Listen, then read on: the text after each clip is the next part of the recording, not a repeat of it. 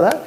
I'm going to welcome Nigel forward because this church obviously has a real heart for First Nations people, for First Nations voices, and we want to do all we can, and there's a significant opportunity to do something very practical. So Nigel, if you could come forward. There's a big conversation, there's a big word floating around at the moment. That word is treaty. So the Uniting Church in Australia is doing a lot of work around this space, and Nigel has done a lot of work in this space with he and his team in the presbytery and is in conversation with the church council here. So we'd love to just bring people up to speed with what we're doing as a church in relation to that. First and foremost, Nigel, treaty. Big word, we hear it all the time. It was a very good song too back in the day, the Hindi. But what is treaty? What are we talking about? Please give us a bit of a background. Cool. So I'm not the expert on this. I have team members who are, but I'm supporting that. So in this particular case, treaty is the negotiations that are going on at the moment between the Victorian government and First Nations people in Victoria to form an understanding of how do First Nations people shape their own future and decisions about mob, about country, about things that relate directly to them. For a long time, it's the history of our nation that says white fellas know what's good for mob. And that's not where we want to go in the future. And that's what treaty enables going forward, those things to happen in a more structured way. And the negotiations are going on at the moment as to what is the basis for that at the moment.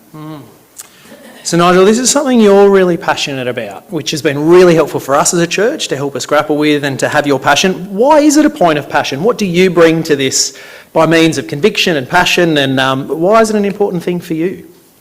For me personally, so you might tell by my accent I was born in New Zealand. And for us in New Zealand, treaty has been important. There was a treaty signed starting on the 6th of February 1840. That's drilled into our brains as young people, but it's become part of the story of modern New Zealand as to how Maori people are able to shape their own health services, how they're able to shape decisions about their own land, about justice, about a number of things that are going on in the country for them. It also means that we, who are people who came later to the country, are able to participate in that and support that in a number of ways. And one of the things that is important for me around treaty here is the ability to be able to support that process, not only to say to the government, we think this is important, but to say to the government, I think this is important, as a person who lives in this country and wants to support that going forward. That's so cool, and I love that you bring, because of your experience, not only the conviction, but the hope, because you've seen the picture of what's possible. Yep. So that's a really lovely offering back into this space, into this country. So the church is looking at signing a document in support of treaty here in Victoria. So why is that important? Why is us involved in this conversation signing up to that being something we want to support and further? Why is that? Could that be important for us as a church? Yep. So there's two parts to that for us. One is us as a church globally, but also us as a church locally. Yeah. So in terms of the global perspective, one of the things that we distilled very early on was that a treaty is like a covenant. It has a sense of spirituality, a sense of ownership on behalf of the parties who are involved. In this particular case, it's the government and First Nations people. But as people who want to support that, we want to say this is actually really important. It's important, secondly, because as a church, we are concerned about the disparity that often happens with First Nations people who are overrepresented in our statistics of homelessness, of incarceration, of poor health. And we want to put up our hands and say, what can we do? How can we support better outcomes for First Nations people? We don't want to do it on behalf of others. We want to be able to say, how can we support that? So as a church, we feel that's important. How important is it for us? So the team that I work with is processing the Uniting Church responses to this treaty thing. There have been about 30 of these that have come across my desk so far, and it means that, the drop in the bucket thing you were talking about earlier, 30 different Uniting Church communities already have said, this is important for us, and these are the things that we are going to do. So it's not only saying, yeah, this is important, but they're naming, and we have named, things that we are doing or that we can do to support that treaty process. And you will see that in the foyer for the next couple of weeks is the statement that this church wants to sign. The church council are committed to signing, but want to have some conversation around it, want to open it, because we want the church council to sign it on behalf of this congregation, but we want it to be owned by the congregation. There's no point 10 of us in a room going, great idea.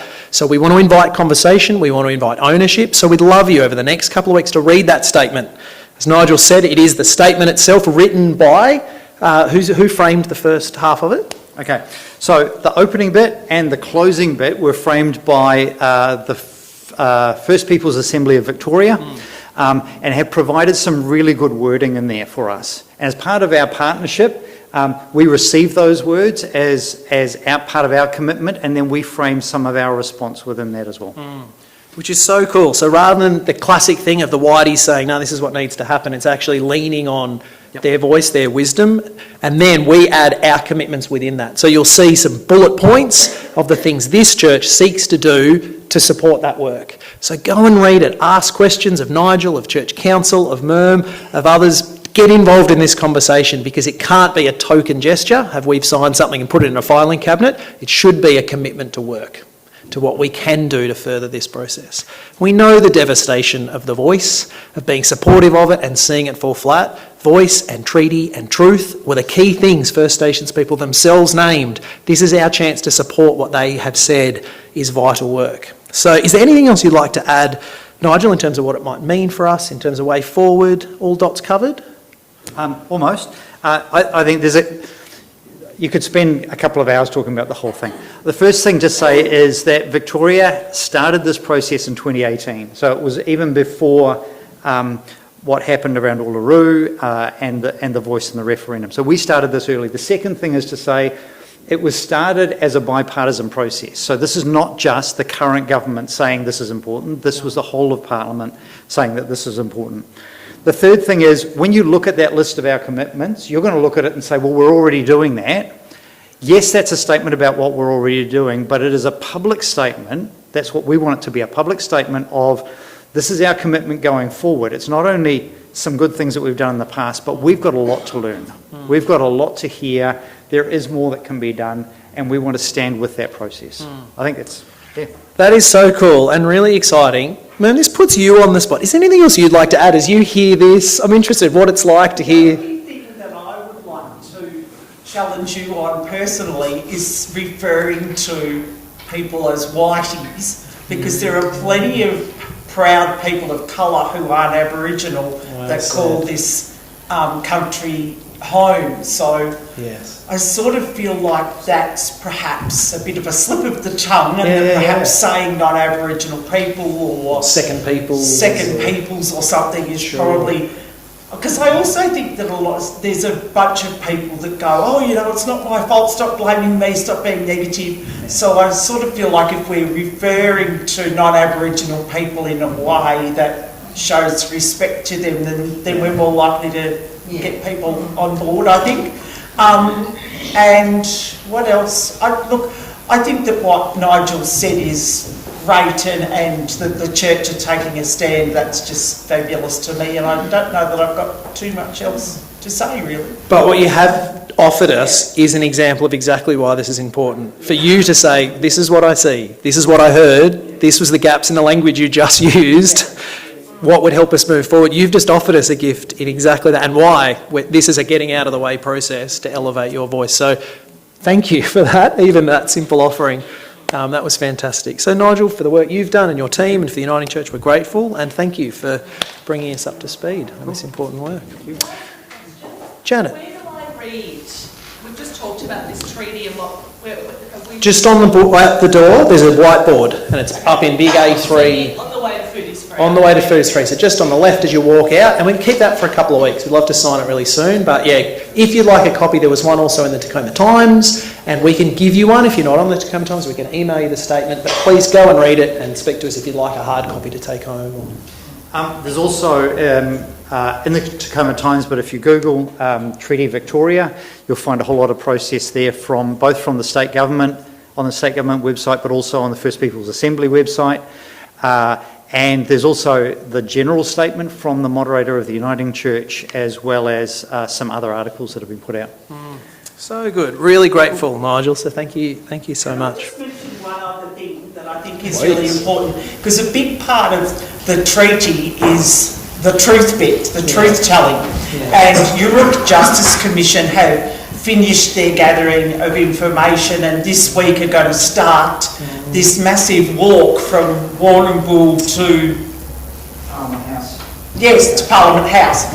And I mean, if you're able or willing to take part in the walk, that's great, but just to follow it in the media and see what that's all about is a really important part of understanding what treaty will do for us. Is that important part of the truth telling is hopefully, all of the information that's been gathered means that those things won't happen again. But yes, treaty's a big part of that. Treaty's a big part of it, and truth, hearing the truth. So there's been gathering. I hope we all hear that it's something we could all do is investigate, hear what has been put forward by that commission. And if you want to get your box of tissues out and actually go onto the Europe Justice Commission and actually listen to some of the stories that have been presented, I think even people who think they're really knowledgeable will be astounded at some of the secrets that have been kept for hundreds of years. And they have the recordings of all of the presentations that have been brought to them by individuals, by churches, by schools and lots of other organisations. So I encourage you to have a listen if you're up for it. There we go, folks. No better charge than that. But I'm really grateful. Thank you, Nigel. And it's lovely that you happen to be here and could add your voice to that. So thank you so much. That's really cool.